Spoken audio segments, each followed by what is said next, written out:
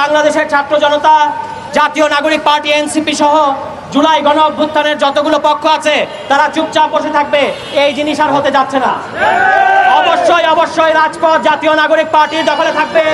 ঢাকা শহরের প্রত্যেকটা অলিগলি জাতীয় নাগরিক পার্টির দখলে থাকবে এবং যারা গণহত্যার বিচারের বিরোধিতা করবে বাংলাদেশের জনগণ আগামী ইলেকশনে তাদেরকে প্রত্যাখ্যান করবে।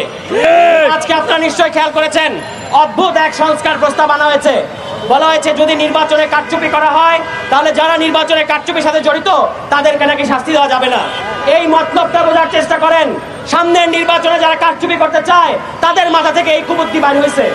এত সুন্দর সুন্দর সংস্কার প্রস্তাব আমরা করলাম, বাংলাদেশের জনগণ করলো, এগুলা সবগুলো তারা বাদ দিয়ে এখন এমন এক প্রস্তাব আনছে আসলে তাদের মনের মধ্যে এখনই নির্বাচন কারচুপি করার খায়েশ। বিভিন্ন জায়গায় স্থানীয় পর্যায়ে তারা অলরেডি বলা শুরু করছে আমরা ভোট কেন্দ্র দখল করব।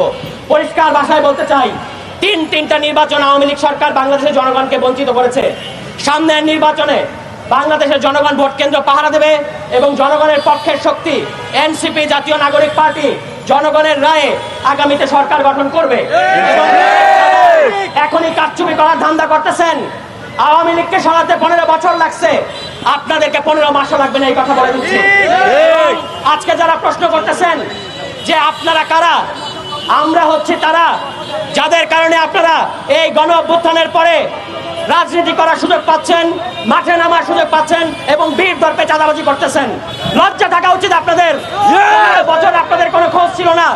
কোর্টের চত্বরে চত্বরে আপনারা কান্নাকাটি করতেন, পরিবার ধ্বংস হয়ে যাচ্ছে এই অভিযোগ করতেন, এই অনুযোগ করতেন। বাংলাদেশের জনগণ আপনাদের প্রতি সিম্প্যাথি দেখাইছে। এখন আপনারা বলতেছেন এই জুলাই গণ অভ্যুত্থানে যারা নেতৃত্ব দিয়েছে সেই ছাত্র তরুণদেরকে বলতেছেন যে আপনারা কারা।